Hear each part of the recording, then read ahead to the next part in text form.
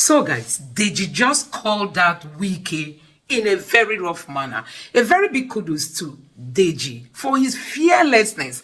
He says the truth the way it is. Nigerians, you need to watch this video from beginning to end to listen to what Deji said. He touched so many areas, calling out Wike for pocketing the judiciary. So guys, take a look.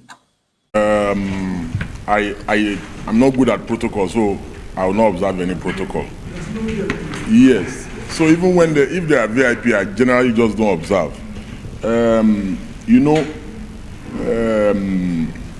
Ario was my best friend, like we all know, and I remain committed to that friendship until when God says or calls me home. Having said that, I must also say that Nigeria happened to Ario, and may Nigeria not happen to you. You see, when we say this prayer, people think it's a small prayer, but people don't understand how deep this prayer is. Nigeria happens to you when the system has been programmed to fail ab initio. And that's why Ario could not even get proper diagnosis on time. We didn't know what, so it was more or less a try and error thing. Oh, he has pneumonia. Oh, it's COVID. Oh, it's this. So they just kept diagnosing. They were just guessing. It's like when you take your car to a mechanic that is not a professional. He will say, oh, it's the carburetor. Oh, he will say, oh, it's the injector cleaner. Oh, it's this. So that was what happened to late Ario Atoye, which was very unfortunate. I think Dr. Sam will bear me witness that over a year ago, we were here and we're having this same debate before the general elections. And Mike Guinea was here and others, and they were sounding so optimistic about the election. I was the only one who told them that the election would be rigged.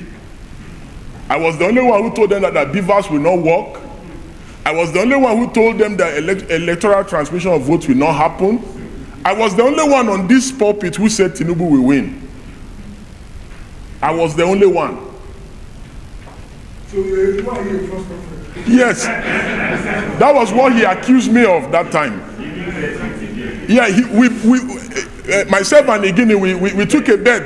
Igini was beating his chest that elections were going to be free and fair, this and that. He said that the beavers, in fact, his word was that his word was that the beavers is a game changer. And I laughed. I said, beavers will not change any game.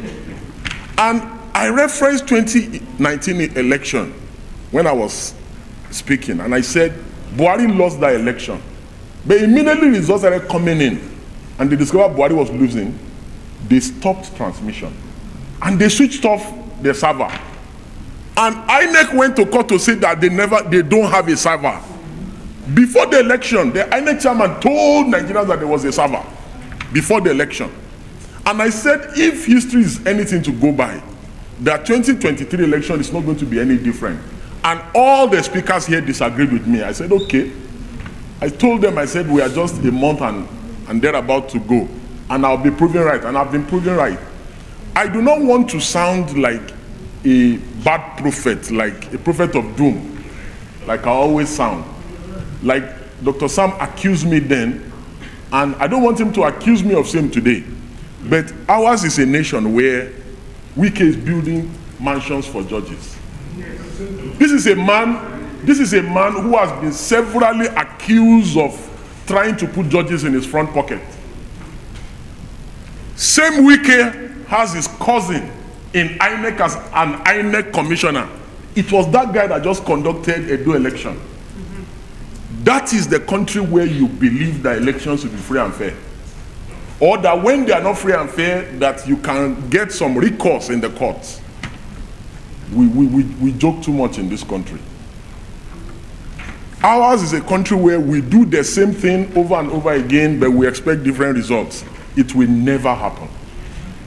You see, my big sister and leader in the struggle has just finished speaking before me. And she put the word rightly, that how can we talk about judicial independence when even the procedure for recruitment for judicial officers is already corrupted. No politically exposed person should be a judge. No politically exposed person should be a judge. No politically exposed person should be in INEC. 85% of people in INEC today, they are politicians. Look at the woman we took to court. I took Professor Rufus to court. She's an APC card-carrying member in Bayelsa. APC card-carrying, me and her, we are still in court. And she was appointed INEC, an INEC National Commissioner. Look at Wike's cousin. He's a National Commissioner in INEC. Wike's wife is a judge of the Court of Appeal. Politically exposed persons should not go anywhere near our judiciary. Politically exposed persons should not go anywhere near EFCC. The reason why you see some of these things happening today, where EFCC wants to carry out an operation and the Abelo already has a hint before the operation happens, is because go and look at the recruitment process for EFCC in the last 10 years. It's politicians, senators, House of Reps, they bring their children, their cousin, they bring a list. How can you have politically exposed persons, you want them to fight corruption? It can never happen. How can you have politically exposed persons in the judiciary? The wife of a known politician is a judge. The cousin of a known politician is in an institution that is supposed to be called Independent National Electoral Commission. Remove the word independent from there when you have politicians running the place. So you cannot expect any credible outcome from INEC. See, the Locust Classicals case of the Abiola's case, as to regards to even the insinuation of bias alone, once the right-thinking members of the society feel that the judiciary is biased, it's already one of the greatest indictments that can happen to the judiciary. And that is why the Supreme Court said in that case that whenever anyone is of the view that the court is biased, that the judges must recuse themselves. So a situation where before the electoral process starts, the process is already rigged, you cannot expect anything credible out of the process. I hate to say this, as of today, Tinubu runs PDP, and he runs Labour Party, and he runs NMPP, and he runs APC. What we currently have today is a one-party state. Because the national chairman of PDP reports to Bola Ahmed Tinubu. The national chairman of Labour Party, Julius Aburi, reports to Tinubu.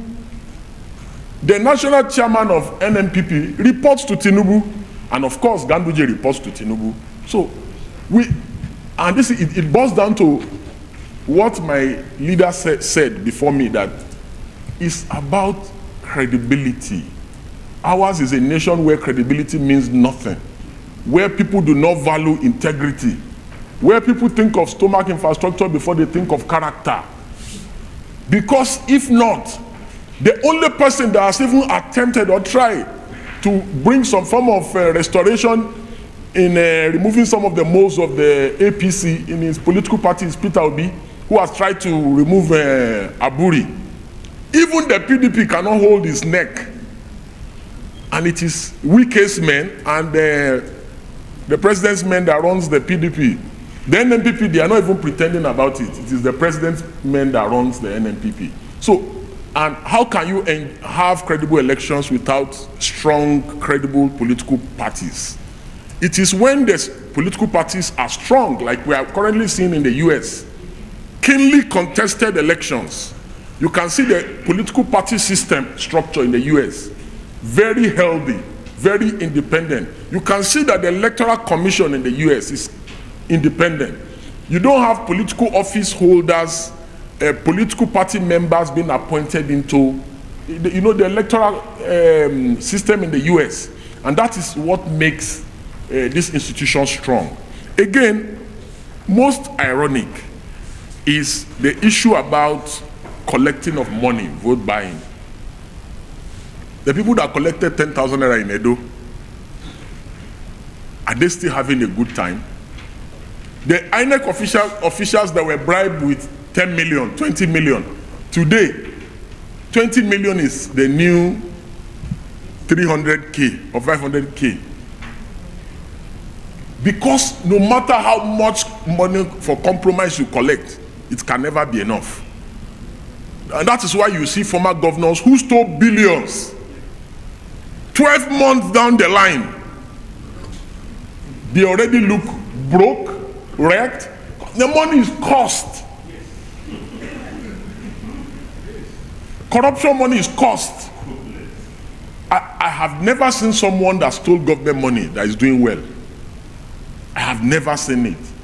And they are never satisfied. They are always looking for more and more and more. So at a point we need to get to a situation, we need to get to a spot in this country where we tell ourselves, yes, that we have been bad enough as citizens, we have been bad enough as leaders, and that we want to make amends for all our bad deeds.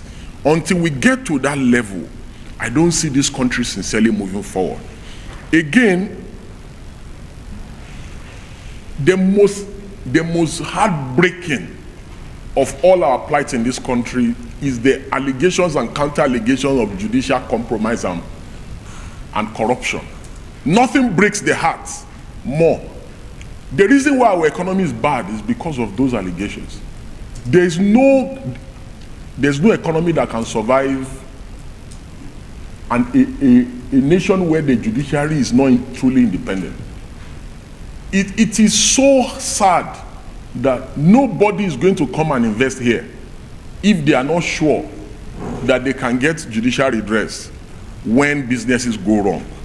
Again, it's also very important to note that the idea that oh, elections can be won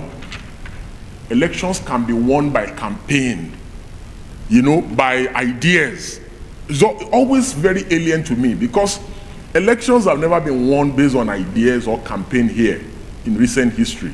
What determines the outcome of election is just like how Dr. Sam rightly painted it one time, is the person who has the more capacity to command the army, the police, INEC, and buy votes. How do we fix that irony that keeps happening every election, whether it's an off-cycle election, whether it's a general election? How do we fix that? That should be the primary concern of government. For me, the first step in fixing that is that this set of, and I am of the Shore school of thought that all this cosmetic 4-year election, it cannot change anything. That we must dismantle the corrupt entity called Nigeria. And that the only way to dismantle the corrupt entity called Nigeria is that we must start afresh. But any race that somebody is going into and they are tying load, for instance, a 100-meter dash, and they put, and all the athletes, only one of them has not been put load on his head. And only, because what happens is that the party in power puts load on the head of everybody that is contesting with. So there's no level playing field. So there's no way that such an outcome can be credible. So every time the party in power runs to the end of the track and is declared the winner, it's not a free and fair contest, because a level playing field has not been. So we need to dismantle the system to say everybody in INEC, they are all working for the ruling party. We can't have a credible election like that. Everybody in the security, go and look at it. In Edo, they were arresting a particular party's member. Local government by local government, they had a list. So they arrest people that they feel that will pose threats to them on election day. And do you know the funny thing? Charges were never brought against those people. They were released 2 days after election, when the aim has been achieved. And INEC is our greatest problem in this country. After INEC are the security agencies as regards to election. And I'll tell you why INEC is our greatest problem. Since 1999 till date, every election we have ever had in this country, people bought votes, people stole ballot boxes, documented on video, everything. People did electoral violence, all kinds, in thousands, from 1999 till date. That is about 25 years. Not one person has been put on trial by INEC. Not one person in 25 years has been prosecuted for electoral offenses in Nigeria. Not one. So, indeed, INEC is our number one problem. The security agencies and our law officers are our second problem. And listen, very simple. Charges can be brought against all the people that perpetrated electoral malpractice in Edo. But the reason why they will not bring charges against them is because INEC does not have the political will. The president will not do it. Our law officers will not do it. So it is until you do it that we can now hold the judiciary accountable and responsible that, oh, we have filed charges against them, the judiciary has set them free. So while we can cry and complain about judicial complicity in the ongoing problems in our country, the most culpable is INEC. Because, in fact, we had written to INEC that if you do not have intentions of prosecuting people in Edo, that we will assist you. We'll help you prosecute, because we know for a fact that more than 100 people were arrested in Edo, but all of them have been released. Just like all the people that are going to be arrested in Ondo, Osun, and all the other elections. They will arrest them for camera showing on election day. And after that, they just set them free. So any nation where people do bad things and there's no repercussion, such a nation cannot develop.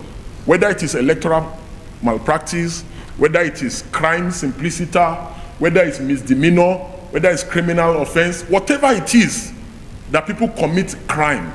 Because electoral crime is a crime. And it's a crime against the state. It's not a crime against a political party. It's a crime against the state. So the reason why there will always be vote buying is because people are buying votes, they arrest them and they release them. So why are you telling me that they should not buy votes in Ondo? Of course they will buy votes in Ondo. So in closing, what I will recommend in terms of recommendations is, number one, we must work towards a more independent judiciary, and a judiciary that is immune from executive, legislative, and individual interference. And that our judicial officers must be people who are immune from political interference of any sort. Secondly, we must have an electoral system, an electoral commission that is truly, truly independent. Independent in the sense that this commission must be immune from political interference of any sort, and these may require necessary amendments to our existing laws. Additionally, we must have a truly independent law enforcement systems that ensures swift prosecution of electoral offenders in our country. This is the only way that we can truly honor the memory of our late friend, brother, cousin, and confidant, Deji Adeyanju, who led a life of service to his motherland, who left a selfless life towards promoting rule of law, towards promoting judicial independence, towards promoting electoral development in our country.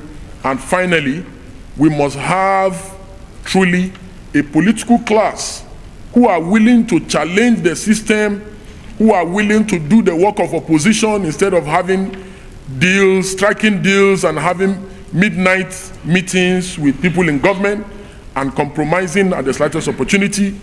The PDP, Labour Party, NNPP must all come together, strive together as one indivisible opposition. They must stop splitting votes, because by doing so, they help the Bola Ahmed Tinubu rogue government. That if they are not united as one single whole, they will yet again work together for the re-emergence of Bola Ahmed Tinubu in 2027 so that he can unleash more harm upon our country and upon the citizenry. That all political actors must come together to ensure that Nigeria is salvaged from this ruthless and heartless regime of the Bola Ahmed Tinubu, and that if they do not do so, that they will wail for the next 4 years after this current term expires, and that they may think that election is all about popularity contest, as I believe and I guess that many of them use elections as a way of fundraising. You know, but I am convinced that yes, they may not suffer as much as the people who are currently queuing to buy fuels at the petrol stations, but I'm convinced in my mind that they will face a greater repercussion of political persecution, because like we have seen, protesters are arrested for treason. Bola Ahmed Tinubu may become more brazen after he secures the second term, and he may even put some of them in jail. You know, so while they may be comfortable and rich, but they should not put it past Bola Ahmed Tinubu that he may even attempt a third term. So the best time for political actors to come together is now. God bless everyone. Thank you. So guys, I don't know what you make of what Jide said in this video. Honestly, there is nothing that is not correct. You know, going by everything Deji said in this video. The problem we have in this Nigeria is that many people are not speaking up. People are just quiet, especially those that call themselves our leaders. They keep quiet because it doesn't concern them, especially when it's working in their own favor. So what I really want to call out here is, you know, him calling out Wike, how he's pocketing the judiciary. We've seen Wike palling with the CJN. This is the same thing that happened, you know, during the regime of the CJN that just went on retirement. Wike will even call him to flag off, you know, projects, and Nigerians were lamenting. But at the end of the day, this man just, you know, the former CJN proved to Nigerians that he didn't come to serve. He was there for himself, because he ended up, you know, bringing in his own people, his own children, relatives, and all that. Without, you can't even point at one thing that you say this man achieved during his tenure. We rather saw controversial court rulings. We saw what happened even after the election, how the court, you know, twisted judgments. So guys, a whole lot is happening in this country. We just need people to speak up so that they don't feel we don't know what we are doing. So, and also Deji talked about how Tinubu's government is working, is the one remote controlling the APC, the PDP, the Labour Party, the NNPCE, not NNPC, that's the Kwankwaso Party. The APC has, you know, penetrated all these parties. So you can just imagine Julius Abure all of a sudden now connived with Arabambi and Apapa. They are now pally-pally. They are now working together. They are now friends. People you know worked for the APC. Today you are working with them just to destroy Peter Obi's chances. And guess what? It is this same Julius Abure that came out and said, oh, the party has decided that the ticket is not going to be for Peter Obi. We are going to trade open because he has drunk the holy water they are giving them. So guys, a whole lot is happening in this space in Nigeria, this political space.